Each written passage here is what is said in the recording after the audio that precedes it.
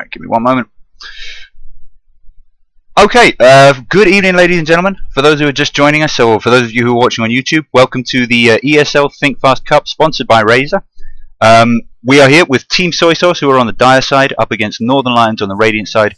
We're a little bit late starting, so everyone's keen to get going, and we've had server issues and delays and everything else, but we're dead excited here. This is going to be a big match. Northern Lions, from what the Twitch chat and everything else is telling me, set to be a big favourite here.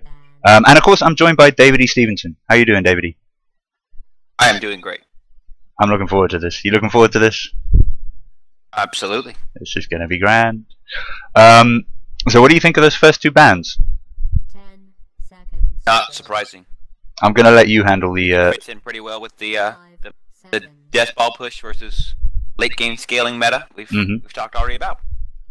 Absolutely. I mean, it's nice to see a little bit of 6.81 and a little bit of 6.82. You know, TerrorBlade being brought into captain's mode. It's actually kind of hard. I haven't seen enough of him because he always gets banned. Like I've seen a bit. He's certainly worth the ban, but it's kind of frustrating. Like it's almost like the change that they made to captain's mode wasn't introducing TerrorBlade. It was just removing one of the earlier bans for one of the teams because someone's got to ban him. But yeah, whatever. Very good hero. Maybe we'll see a bit more play and maybe actually see him be countered or do well, something like that. But we did of course see him at ESL 1 tearing down towers. So fair play. And yeah, you're right, Faceless available. We've got Death Prophet out. That's one of the best counters of course. Skywrath Mage out as well, Brewmaster. But Northern Lions go for a first pick Nature's Prophet. What do you think of that? I've got my suspicions, but you go first. Well, I think you know that I tend to like Nature's Prophet as a late pick instead of an early pick. Like if you pick one or even two heroes that can be played as dedicated gankers, you can do a lot against the Nature's Prophet.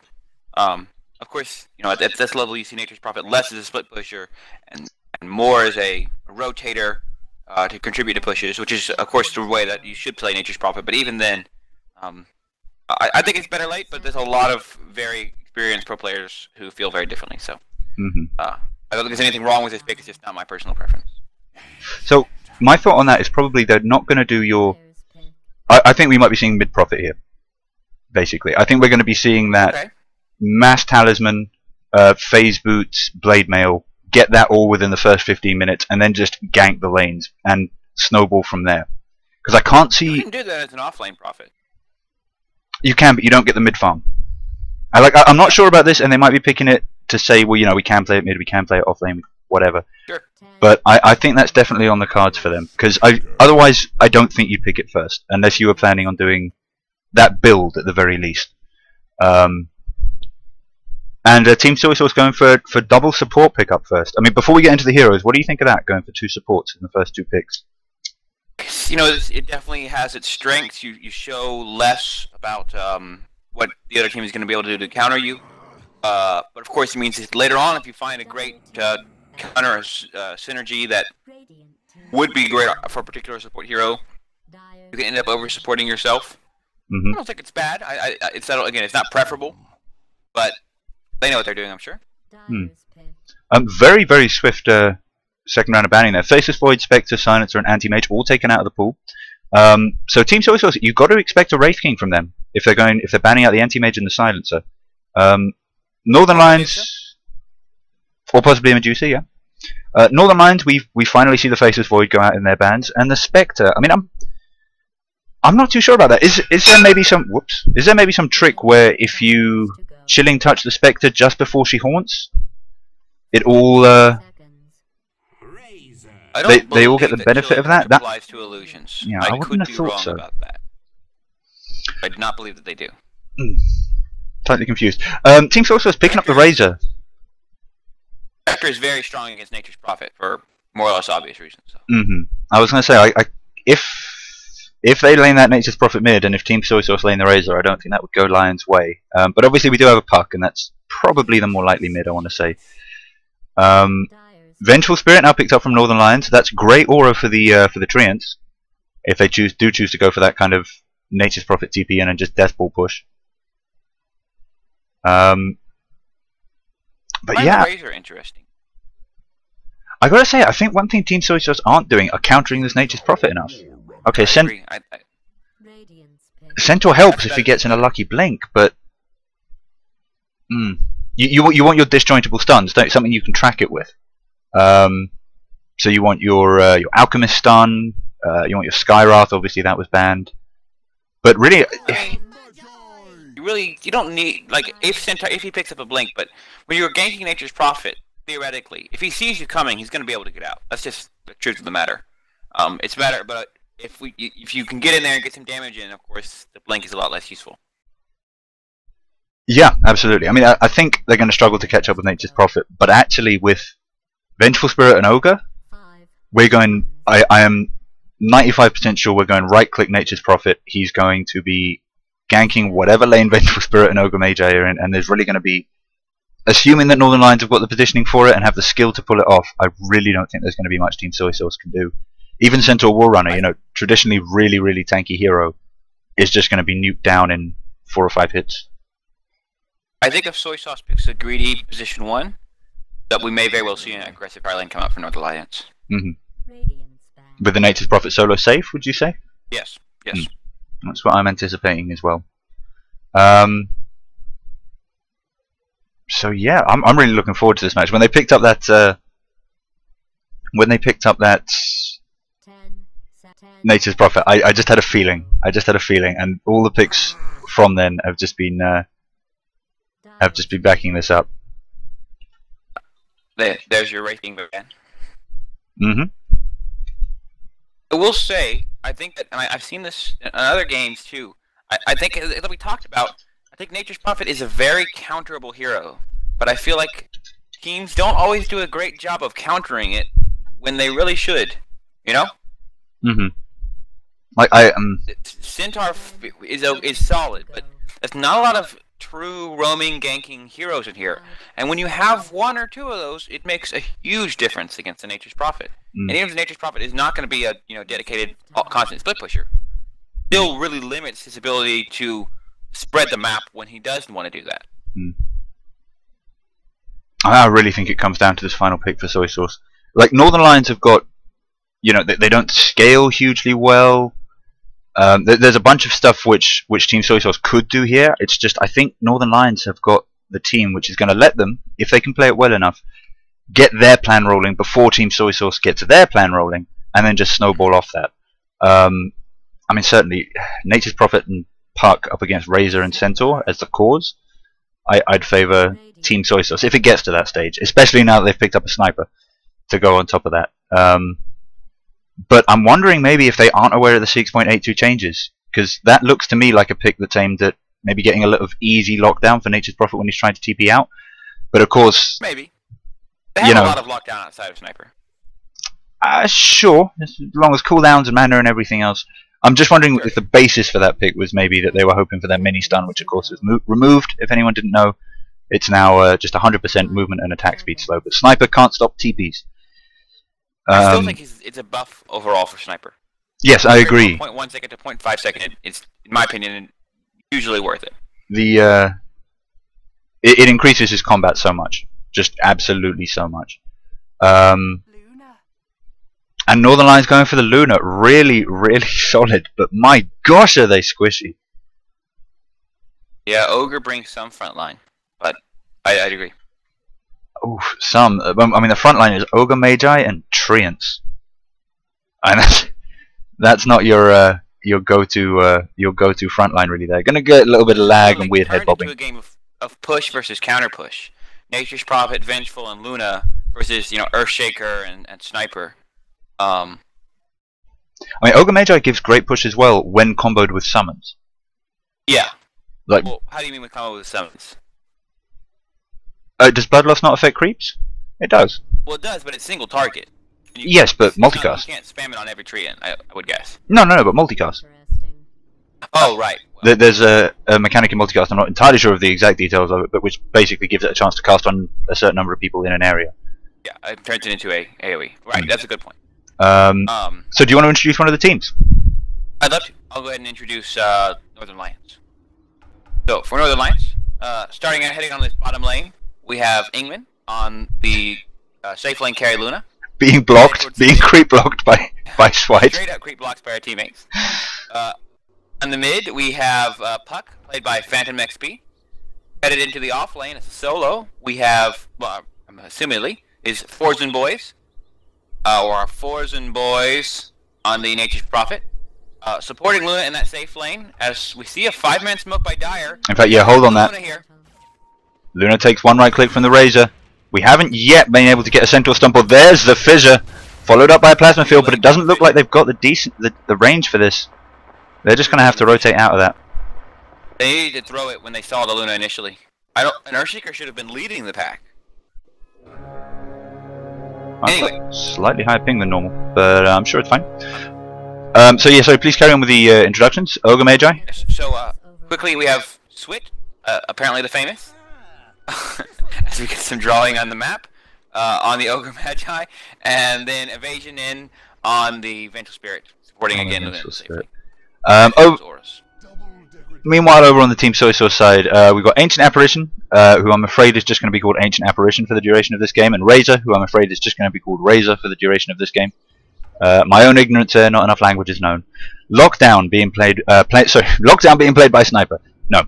Lockdown is playing the Sniper. We've got him being supported by Mua on the Earthshaker, and lastly but not leastly, over on the offlane, we've got No on the Centaur War Runner. So actually, despite the 6.82 meta, despite all the beautiful things that can happen, oh my gosh, I am so sorry. I cannot believe I did that. I didn't switch my overlays around. Well, overlays now fully switched around. His Prophet has this DD up on top, making mincemeat of these supports. Absolute mincemeat. I'm so embarrassed. Right, so it's a safe lane Sniper. So we are going to be seeing, I think, probably what Northern Lions wanted in that Nature's Prophet isn't going to be going up against that Razor, which I think would have been absolute worst for them. Puck should do alright. I'm not an expert on the Puck matchups, frankly. Puck will do alright. Does Static Link persist throughout Phase Shift? I can only assume it does. I think so. I mean, it persists through Astral Imprisonment. I'm an OD player. It persists through Astral Imprisonment, and I think it's largely the same hidden mechanic. Yeah, I would assume it does. But that's fine. And we now have the wards finally. I think Centaur just went on a warding opportunity. Actually, no, he didn't. He doesn't even have wards. I think he faked it. He faked like he warded around there. The D ward's already gone down, but he has no ward. So. And grabbing a rune, but a regen, really not what he wanted. He's actually might be caught out a little bit here. We get the Lucent Beam. We get some damage coming down. There's the Vengeful Stun as well. We got one more stun coming out from Ogre, but he's very tanky. Nice bit of creep block coming out from Evasion as well, and they let the kill go down to Ingman on the Luna. Beautiful play. First blood coming out for Northern Lions. They can push this tower here. They absolutely can. David, would you mind just going on to Twitch chat and just apologising and assuring them that the overlay will be taken off? Sure, got it. Momentarily and before first blood. I'm really sorry about that, guys. Not used to how this tournament's set up yet. Force and Boys up on the top lane, getting a fair bit of farm, but certainly falling well behind Sniper, who is right up at the top here. I'm beginning to lose confidence that we're going to be seeing the build that I was expecting on the Sniper. Which build? The full right-click, Mass Talismans, Blade Mail. Oh, I think you mean Nature's Prophet. Oh, sorry, yes, on the Nature's Prophet. Phantom XP versus Razor on the mid. Neither of them being brought too low. It still may be. A lot of Nature's Prophets still like to go boot first in that build. It still might be. Just it looks more to me like a traditional offlane Nature's Prophet. And I don't know. I think that builds. Not the traditional offlane Nature's Prophet yet. Mass Talisman, 3 of them, and then a Blade Mail. That's what I think of. I think of traditional Nature's Prophet offlane, at least now. Yeah, well, I suppose you might be right. If the metagame's changed that much, that that's actually the default. I remember when that was. I remember when we got ambushed by that in the JDL and just got absolutely murdered. But yeah, actually, it seems like more clarity. Team Soy Sauce want to be a little bit more cautious now. Centaur War Runner is the one who's going to be suffering the most from that. Ooh, Puck missed the phase ship middle, caught some razor damage. Got bottle. Barely nothing. And I got to say, one thing, it's absolutely amazing lane control here from the Nature's Prophet. I mean, aside from last hits, obviously that could be going better, but he is an offlaner. But just the lane control, like, the reason he hasn't been able to be hard ganked is because he's, yeah, harassing with treants and all the rest. But he's doing such a great job of denying and just keeping the wave where he wants it to be, keeping the supports away so that they can't control the lane in return. I mean, you know, the defensive tri lane on Team Soy Sauce is just as lethal as for Northern Lions, but Nature's Prophet has survived just because he's been able to soak up to level 4 without getting exposed the way Centaur was. Also, I mean, it's still harder to play offlane on Dire than it is in the Radiant. The reason Centaur died is because he got sandwiched on this rune, because it's very easy for the supports to come in from both different directions. Nature's Prophet, however, one thing, the rune's so far away, there's no point in checking it, which I guess you could say is a limiting factor. But it's as long as he's, you know, not across that line, there's basically no way for the supports to get him. Radiant, that's, you know, Radiant offlane is nice. He's TPing out though, going middle. Yep, here we go. Big initiation now on Razor. Puck's gone right back over onto the Dire side to make sure there's no path for Razor to run from. Is going to get a bit of mischance, but easily finished off. And another quick shout out to Northern Lions, because I'm mentioning this quite pointedly because it's something we do very badly at, Mr. Support for our team. They're making sure that the cores get the kills. And I think we've got a team here that is primed for taking advantage of that. You know, this isn't a team where you could get away with letting Ogre and Venge get the last hits because, oh, you know, Luna doesn't really need to Helm of the Dominator. Or, you know, Puck wouldn't benefit hugely from an early blink. And it's very deliberate, I think, the way they're doing it. They're doing it very carefully, and it's being very effective. Going on Centaur. They've only got one more stun left. They do get it down before the stomp, though. And that's another quick pick-off. Beautiful play there. They're seeing these opportunities and taking them. And it's just that simple. We are getting a bit of free farm up for the sniper, of course, while Nature's Prophet is out of lane. But actually, Luna overtaking. So that's 2 kills now. Vengeful, oh, sorry, 1 kill for the Luna, 1 kill for the Venge. But 2 kills in lane, and she's still winning on last hits. That's how well this Nature's Prophet is playing. Spam pings out. And Luna gets the last tower hit. Are you watching this, David? Are you watching it? Are you seeing this? Evasion going to be picking up a bounty room bot. I'd really like that. Oh no, maybe leaving it. No, taking it. I really like that mechanic, to be honest. It's really useful for supports when you are just shy of your level 6 or that key item. Now we do have some movement from the Team Soy Sauce supports. We might be looking at an attempt at a gank on the mid. Of course, we've also got 3 heroes currently in the middle of ganking Razor. Finish him off very quickly. We do get the fissure down, followed by Chilling Touch, which actually misses quite a few. AA ends up just getting caught in the Sprout. Tango's out very, very quickly. Phantom wants it though. Nice Essence shift away from the tower damage. And the supports are actually just going to end up taking harass there. They can't even force the Radiant team off the lane. Prophet going around the back. Gonna go for this AA. Oh, they want it. AA sneaking out of bot though. Yeah. I think they're realizing they actually, regardless of whatever the action's going on mid, they need to get down to bottom. Oh, and Eclipse has popped for the 3rd kill on Centaur in lane. Beautiful job there from Ingman. And I think maybe Centaur there wasn't playing as carefully as he needed to. You know, keep an eye on the Luna, keep an eye on the mana. You got to know when that ult is available. And that just made it a pretty straightforward kill, I think. We do have Ogre running into both of the Radiant supports. Mua actually messes up the fissure there. Kind of blocks a little bit. I'm getting a bit of lag here. Push going on middle. Sniper still free farming top. And there we go. CWT moving in, manages to get the stun off on Mua behind the lines. What is this lag? Puck orb hits, because he's gonna go in. Get stunned. And that damage. Yes, 1 right click from Puck, 1 from Nature's Prophet, and that finishes off beautifully. That poor Earthshaker. The fissures really haven't been on point, but we are going to see the first kill going against Northern Lions as well, with Ogre Magi finished off beautifully there by Centaur Warrunner. And lots of random messages being posted up. Like most teams just ping. These guys seem to actually like type out their discussions, because I'm sure that was constructive discussion going on there on the map writing. Alright, Ogre immediately smokes after landing on top. Can he solo Sniper? He can. Sniper does have his treads up. And his ult. He's gonna wait for support. Nature's Prophet will TP in when he goes in, obviously. Nature's Prophet just finishing off for camp. It's almost down. Gonna I'm actually just going to open up the net worth chart here as well, just because with these massive differences in kills, net worth is kind of more relevant. And poor CWT, he's just waiting here. Please, guys, please. Nature's Prophet will be ready in a sec, though. One more, and that's a solo kill. Ogre Magi taking out the position 1 on the team soy sauce, and that's unfortunate, and it's great for CWT. I gotta say, it's kind of TSS's fault a little bit for not having better vision up there for protecting their position 1. I mean, he did smoke. It's not like an observer would have seen him there. Well, they actually have an observer there. He deliberately smoked past it for that reason. I completely agree, but have supports nearby maybe? I don't know.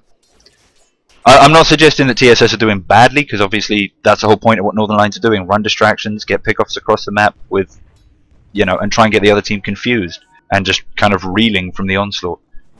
I don't know that would have made a difference, but maybe there's something to be said for, this is one of the advantages of phase boots on Sniper over Treads, is that he is such a low movement speed hero, and he does need mobility so badly. And this definitely gives Sniper some more scalability with the increased attack speed.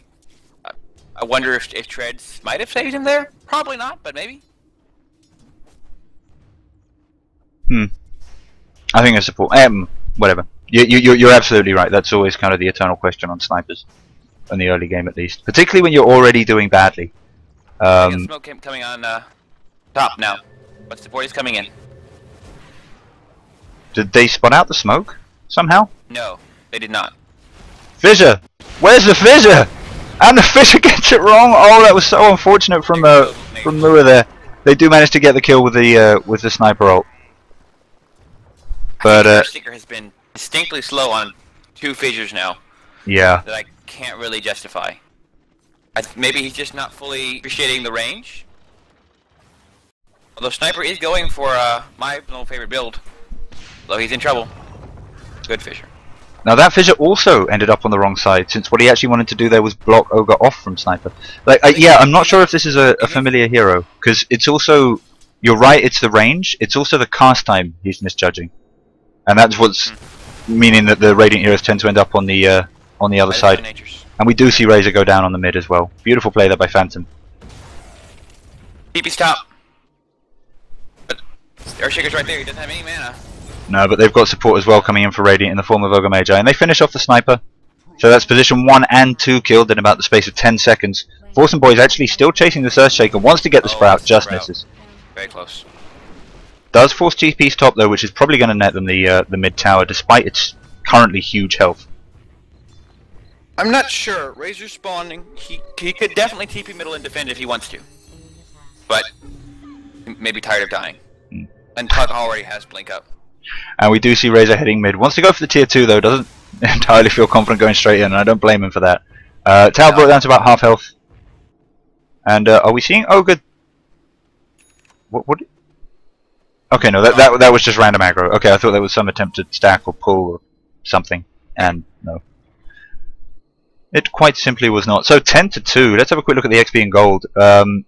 Wow. So almost 10,000 XP difference. Even closer to 10,000 in gold. And we're only at 13 minutes. That's actually close to that, the infamous point. Where so at 13 minutes ahead, you would have 13,000 lead, 13,000 gold. And there's never been a comeback from that point, I don't think.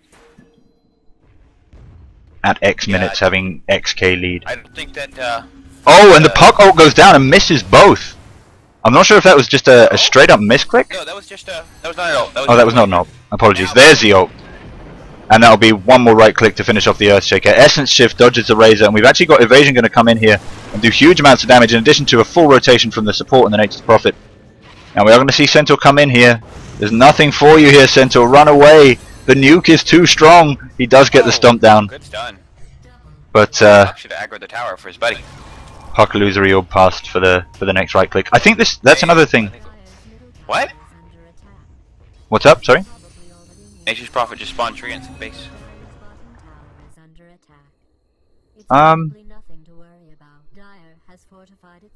I couldn't explain that either. He's also not picking up TPs, which I get it. He's Nature's Prophet, but he just used one just a minute ago. Yeah, he's not picking up TPs. Oh well, yeah. I do want to give a quick shout out to Phantom on the puck though, because one of the things he's been doing really well this match is positioning himself with the illusory orb long before he needs to be there, but as soon as he can, if you see what I mean. He's always already behind you when you start to think about running away, and that's just amazing play. Gets another pick off on the AA. We do have Sniper TPing out of mid, doesn't manage to make it though. The fissure goes down, which was definitely a good fissure. Had to try and save that Sniper, but of course it is going to leave him without a huge amount of mana now to defend this mid. Dead tower. 3, 2, 1.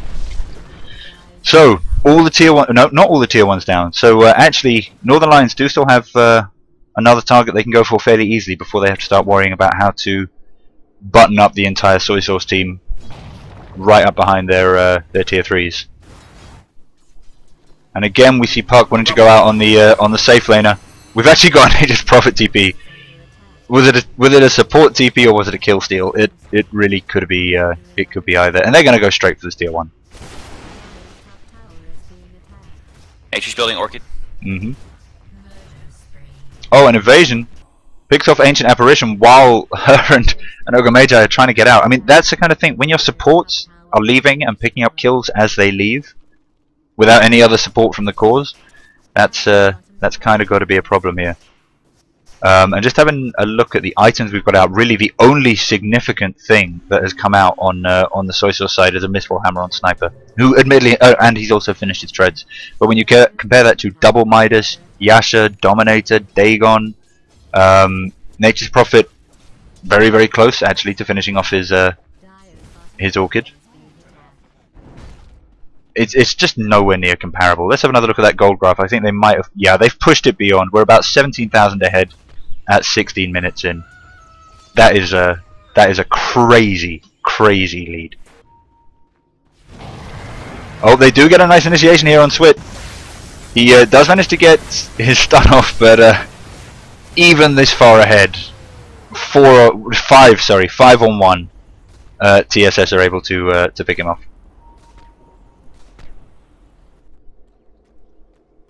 Luna doing some great stacking over there with the Wild Wing she's picked up. Razor getting the lane pushed out from mid. We've got the old tri-lane top. We've got Centaur heading bottom. It looks like TSS are just trying to reset for the 0-minute mark right now, to be perfectly honest. Just without all the tier 1s. Like, this is actually kind of eerie. Need to start running some bulls. Right? You actually can get a pull over there on the dire side. You can only pull the ranged creep or a catapult, but you can pull it. Something you don't see very often. Probably because it's really not worth the time. And we do get the ancient stack finished off. I was going to say I like what Evasion are doing there, but given that they don't have the most defensive wards for it, that one's fairly good, I suppose.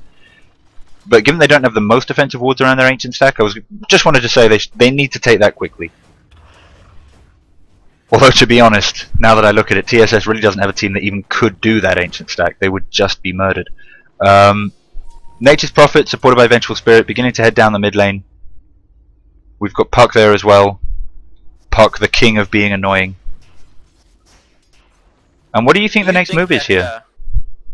Oh, sorry? The next move is to force the middle tower. While Luna's going to try to go on the Centaur bottom. Empty away. Forces out the ult. Need to take middle and bottom tier 2, then Roche, then high ground. Don't even bother with top? You can, if they want to really mount a hard defense, or you want to click through top with your Aegis and take one both at the same time. Well, I mean, these guys had a lot of fans. Oh, she's going to just get this tower. There's a glyph coming down, and actually quite a lot of rotations here. Yeah, I think she senses it, but we do have Razor making use of the new 6.82 paths. It wouldn't have made a difference. There's no blink on Earthshaker or Centaur. And they don't even get the deny. Caddy too strong, bro. Caddy too strong. Meanwhile, on mid, tower brought down to about half health. And we did see the same thing happen on top as well. Orchid goes down on this Razor. That's actually significant damage amp for a team which is built for amping damage. Nature's Prophet is dead. That is true. I think they were a little bit over-aggressive there, given that they knew that the entire Dire team were just over the hill in the bottom lane. But doesn't look like they stopped being over-aggressive. Ingman wants a time for the Eclipse. He's going to get Mua easily, but I don't think Eclipse was worth it for that. Although actually it did prevent the support for Sniper, allowing Puck to get that kill. I'll take it. So net worth. Middle should fall here. It can. They could try to go high ground, but Ursula will be up. Oh, he tried to go high ground against Fissure. They should probably just turn and go straight to Roche. Yep, and Nature's Prophet will be there. It looks like that's what they're doing. Puck will just run distraction. They don't really need him. He doesn't contribute a lot to the Roche. There is an invis rune for him there as well, which is perfect for running distraction. Okay. And there's a tank. Are you seeing this? That's the damage you get with Bloodlust, Vengeful Aura, and an Orchid on the target. Right. That is absolutely insane. I mean, that's easily a level 20, probably a level 25 Luna's worth of damage, coming out from a level 15 Luna with only 2 damage items. Full Manta is up.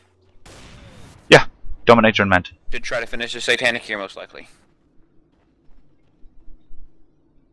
I think, yeah, you're right. There's not any real need to kind of mince around. Drums would certainly be mincing around. Oh, Puck going to be hit by a little mini AA ult, or not even going to be hit by a little mini AA ult. That was the cutest little AA ult I've ever seen. It was adorable. Alright. Moving up on mid lane here. We do have an invis Puck, but it looks like their next target is just the top lane. They want to secure a little bit more gold, and then seems like Luna's taking another stack over on the Ancients. No reason not to. Just No. take that, regroup, go high. Absolutely right. Now, give me your best guess. At what minute in the game do you think Luna was worth 1,700 net worth? 1,700 net worth? Probably pretty quickly. 1 or 2? Maybe. Yeah. I know it's an unfair comparison of position 1 to the position 4, but that's where Earthshaker is now. Maybe 3 or 4 minutes in? Maybe 3 minutes? 4 minutes maybe? I don't know quite when she finished her... Finished her minus at 5, 6... Well, I guess the Astro enter is probably right around 5 minutes, because she saved a lot. Does net worth include the current gold that you're holding? Yes. That's why it is net. Well, Alright, we do have Ingman actually caught off on the side of this fissure here. He doesn't have a route out to his team, but it doesn't seem like TSS want to initiate on it. Oh, They need Blink on Centaur and her beyond an AA. Without that. I mean, sit here and tank with their agents. Does not care. Well, that's just GG then. I mean, they've got to jump on something, and honestly there, they had Luna separated for a long time. This is what they can do when they finally go for it. They went for her there behind the tower and finished her very, very quickly. Of course, we do have an Aegis, but yeah. CW2 being brought very, very low in the meantime, but it's Rax and it's Luna Siege. Yeah, it's time to call GG, I think. Just a little bit. So yeah, excellent play to Northern Lions. We can zoom out a little bit here, watch them just spread through the space. Park doing a little bit of troll, but just in the last second of the game, so we can forgive him.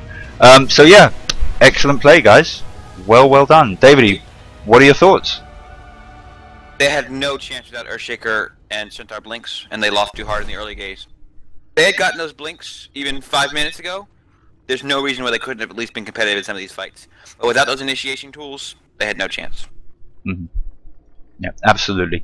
I mean, just looking at this, you can see that it's just been an absolute destruction. Nature's Prophet can easily be caught out of position, lost a couple of lives. Ogre Magi can easily be caught out of position because he's melee support and lost a couple of lives. But other than that, it was just a complete stomp. It went exactly the way they wanted.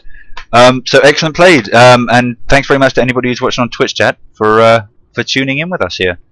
Thank you. So yeah, I'm going to switch the overlays on, chat to the admins, and get us back. And we should still be booked in for the next Lions game as well. So any Lions fans, please do hang around and check out your favourite squad with me. Ciao.